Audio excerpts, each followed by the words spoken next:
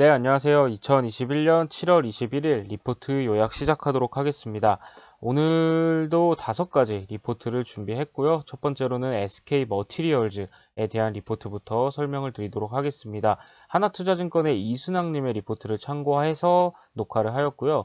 제목은 드디어 2차전지 소재 시장에도 진입이라는 제목을 지어주셨습니다. 먼저 2분기 실적부터 살펴보겠습니다. 연결 실적은 매출액 2,801억 원, 그리고 영업이익은 681억 원으로 컨센서스 영업이익이었던 671억 원을 상회하는 그런 실적이 나온 상태이고요. 주요 원인으로는 에어플러스 같은 경우에는 정유사 가동률 증가로 인해서 매출액이 전분기 대비 5% 상승했다고 합니다. 또 SK 트리켄 같은 경우에는 지르코늄 계열 프리커서 물량 감소에도 불구하고 하프늄계 물량이 증가했기 때문에 매출 반등과 수익성 개선을 나타냈다고 합니다. 네, 하반기에도 실적 개선 흐름이 유효할 것으로 판단을 하고 있는데요. 동사의 3분기 연결 실적은 영업이익 798억 원으로 좀 더 증가한 수치를 전망하고 있습니다. 하반기 고객사의 캐파 증설분이 가동되기 시작하면서 특수가스, 산업가스, 그리고 프리커서 물량이 점진적으로 증가할 것으로 전망을 하고 있습니다. 반도체와 OLED 성수기가 도래를 했고 또 자회사들의 증설 효과가 반영되기 때문에 사상 최대 실적을 경신해 나갈 것으로 기대된다고 하네요. 네, 동사에 대한 투자 의견은 바이를 유지하고 목표 주가도 47만 원을 유지했습니다. 기다려왔던 2차 전지 소재 관련 신사업이 공개되면서 주가 상승에 기여할 것으로 판단을 한다고 하고요.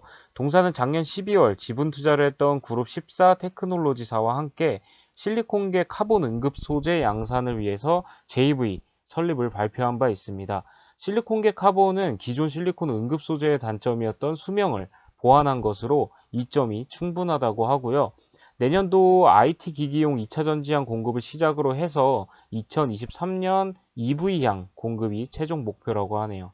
2차 전지 소재 공급이 가시화됨에 따라서 밸류에이션이 리레이팅 될 수 있는 기대를 해도 좋겠다라고 의견을 적어 주셨습니다.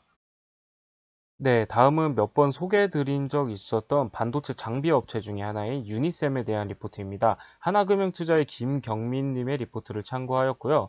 먼저 기업에 대한 설명을 짤막하게 드리면 반도체 공정에 필요한 장비 중에서 스크러버, 그리고 칠러를 공급하고 있는 그런 기업이라고 보시면 될 것 같습니다. 2분기 매출은 800억 원으로 예상을 하는데 이를 상회할 것으로 전망이 된다고 하네요. 메모리 반도체 고객사에서 스크러버를 사용하지 않던 공정의 유해가스 배출량을 줄이기 위해서 스크러버 사용량을 늘렸기 때문이라고 합니다. 아울러 비메모리 첨단 공정에서의 설비 투자가 평택에서 계속되는 것도 2분기 매출을 예상을 상회하는데 기여를 할 수 있겠다라고 실적 예상에 대해서 조금 적어 주셨고요. 또 2021년 하반기 매출은 전년 대비 견조할 것으로 예상이 된다고 합니다. 2020년 3분기와 4분기 매출은 각각 459억 원, 그리고 553억 원을 기록한 바가 있는데 2021년 3분기와 4분기 매출은 이를 각각 상회하면서 앞자리가 바뀔 수 있을 것으로 기대가 된다고 하네요. 스크러버를 사용하지 않던 공정에서 스크러버 사용량이 늘어나는 환경이 2분기에 이어서 3분기 매출에도 기여하는 가운데 EUV 노광 장비가 도입되는 D램 생산 라인의 증설, 그리고 7세대 V낸드 전환 투자도 하반기 매출에 기여할 것이라고 전망을 해주셨습니다. 네, 2, 3, 4분기 매출이 컨센서스를 상회할 것 같은 분위기가 긍정적이지만 그 무엇보다도 긍정적으로 느껴지는 것은 고객사가 반도체 공정에서 ESG 활동을 강화하는 것이 유니셈의 매출 성장에 실제로 기여한다는 점이다 라고 적어 주셨습니다. 유해가스의 배출량을 줄이기 위해 스크러버가 기존 공정에서 신규로 투입되는 것을 포함해서 반도체 공정의 온도 제어를 위해 사용되는 칠러에서도 열을 흡수하는 냉매의 원재료가 친환경 방식으로 만들어져야 한다는 필요성이 대두되고 있기 때문이다 라고 하는데요. 유니셈의 실적 성장 동력은 그동안 고객사의 반도체 장비 설비 투자, 그리고 해외 고객사로의 영업 강화였는데 유니셈이 반도체 장비사 중에서 보기 드물게 고객사의 ESG 활동에 힘입어 실적 성장이 전개된다는 점에서 투자자들의 관심이 지속될 것으로 전망된다고 합니다. 한국의 반도체 장비 업종 내에서 밸류에이션 차별화가 가능할 것으로 예상되는 종목이다 라고 긍정적인 의견을 적어 주셨습니다. 네, 다음은 드라이 아이스 관련 업체로 많이들 알고 계시는 태경케미컬에 대한 리포트입니다. 하나투자증권의 김동환님의 리포트를 참고하였고요. 먼저 기업에 대한 소개부터 간단히 드리면 국내 탄산가스 1위 업체라고 합니다. 주요 사업 부분으로는 석유화학 공장과 정유사에서 발생하는 탄산가스를 원재료로 해서 고순도 액체 탄산과 드라이 아이스를 제조하는 탄산가스 부분이 있고요. 또 수산화 마그네슘 등을 제조하는 환경 부분이 있다고 합니다. 2020년에는 제품별 매출액 비중은 탄산가스류가 68% 정도를 차지했던 것으로 나와 있습니다. 네, 지난 2020년 1분기부터 탄산가스 부분의 수익성이 개선이 되면서 이익이 급증하고 있다고 합니다. 이는 드라이아이스와 액체 탄산의 가격이 상승한 반면에 아까 말씀드린 그 정유사에서 발생하는 원재료인 탄산가스의 가격이 크게 하락하면서 가격 스프레이드가 확대됐기 때문이라고 하네요. 탄산가스 부분의 실적 개선세 지속이 기대된다고 합니다. 우선 이유로는 코로나19 이후에 그 새벽 배송 같은 이런 신선식품 시장이 성장이 가속화되면서 좀 드라이아이스 사용량이 늘어난 점이 있겠고요. 또 의약품 콜드체인 시장에 진출했다는 점도 이유로 들 수 있겠습니다. 이 백신 같은 경우에는 뭐 콜드체인이 필요하다 이런 이야기가 돌면서 실제로 드라이아이스를 사용하는 비중이 높아지고 이 신규 시장에 진입한 것도 크게 밸류에이션을 받을 수 있는 그런 요인이라고 생각을 하시는 것 같고요. 또 차별화된 원료, 여기서 차별화된 원료는 수소 기반을 이야기하는 거고요. 국내 유일 식음료, 의료용, 인증 취득 등을 고려 시 수익성이 높은 드라이아이스 수요 증가가 예상되기 때문이다 라고 합니다. 또한 그간 정체되어 있었던 액체 탄산도 점차 성장이 재개되면서 실적 개선에 기여할 것으로 보인다고 하는데요. 액체 탄산의 최대 수요처였던 조선산업이 회복을 함에 따라서 2022년 하반기부터는 용접용 액체 탄산 수요가 본격적으로 증가될 것으로 예상을 하고 있습니다. 또 2022년 국내 최대 반도체 업체에서 초고순도 세정용 액체 탄산을 공급을 추진하고 있다라는 것에서 근거한다고 하네요. 올해 실적은 매출액 549억 원으로 플러스 17%, 영업이익은 131억 원으로 플러스 70%를 예상하고 있고요. 내년에도 신규 공장 증설, 그리고 탄산가스류 가격 하방 경직 가능성 등을 고려했을 때 실적 개선 여지가 있다고 합니다. 다만 최근에 많이 오른 주가로 인해서 밸류에이션 부담은 리스크 요인이라고 하네요. 참고로 금일 종가는 19,850원이고요.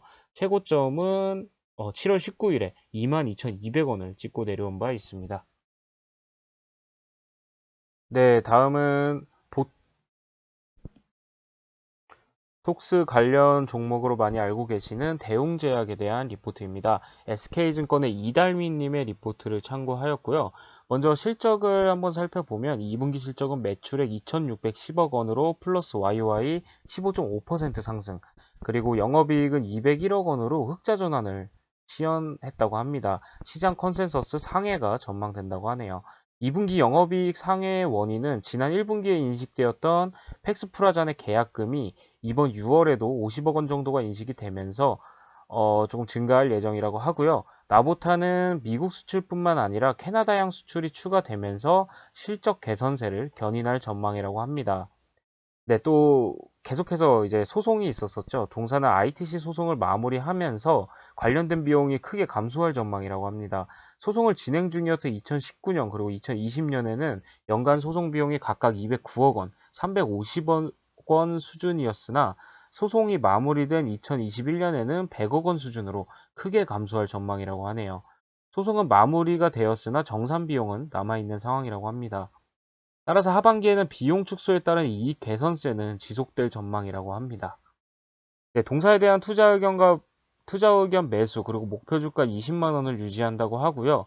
동사는 실적 개선뿐만 아니라 팩스프라잔에 대한 기대감으로 주가 상승세가 예상된다고 합니다. 위궤양 치료제인 팩스프라잔은 2021년 하반기 중으로 국내 허가가 예상되고 있고요. 2022년 상반기 출시를 앞두고 있습니다. 중국 허가는 2024년, 미국 허가는 2025년에 예상이 되고 있다고 하고요. 또 라니티딘 사태 이후에 퇴출된 알비스, 이 알비스는 연간 600억 원 정도 매출을 했다고 하네요. 이 알비스의 매출을 대체할 전망이어서 긍정적으로 판단이 된다라고 요약을 해주셨습니다. 네, 다음은 얼마 전에 상장에 성공했던 제주 맥주에 대한 이런 리포트입니다. 키움증권의 박상준님의 리포트를 참고하였고요. 먼저 다들 아시는 것처럼 제주 맥주는 제주산 원재료를 사용하거나 제주의 요소를 모티브로 한 크래프트 맥주를 제조 판매하는 업체라고 합니다. 크래프트 맥주는 흔히 이 수제 맥주로 많이 알고 계시는데요. 그런 용어로 통용이 되고 있다는 점 참고 부탁드리고요. 2021년 5월에 테슬라 상장으로 인해서 코스닥 시장에 상장된 바 있죠. 또 동사는 30년 노하우를 보유한 해외 크래프트 맥주 회사인 브루클린 브루어리와 기술 제휴를 통해서 고품질 제품군을 확장하고 있다고 합니다. 20년 기준 연간 총판매 매출액은 335억 원 수준, 그리고 20년 기준 크래프트 맥주 시장 점유율은 28.4%를 기록하면서 선두 지위를 유지하고 있다고 합니다. 20년 동사의 총판매 매출액과 영업손실액은 각각 335억 원, 44억 원으로 19년 대비 총판매 매출액이 122% 증가를 했고 영업적자가 51억 원 축소되었다고 합니다. 20년부터 맥주 가세 방식이 종가세 기준에서 종량세 기준으로 개편이 되면서 가격 경쟁력이 제고된 바 있었고요. 타 주류 제조장에서 맥주 위탁 제조가 허용이 되면서 동사의 생산 능력과 효율성이 향상된 것으로 판단을 하고 있습니다. 따라서 동사는 20년 기준 연간 2천만 리터를 생산 가능한 자체 캐파 외에도 2021년 롯데 칠성과의 OEM 계약으로 늘어난 수요에 유연하게 대응할 것으로 기대된다고 하네요. 네, 크래프트 맥주 시장은 지난 5년 동안 연평균 성장률 40%로 고성장을 하면서 본격적인 성장 국면에 진입하였다고 합니다. 코로나19로 가속화된 이 홈술 트렌드, 그리고 경험 중심의 소비 성향은 크래프트 맥주 시장의 추가적인 성장을 견인할 것으로 판단이 된다라고 하네요.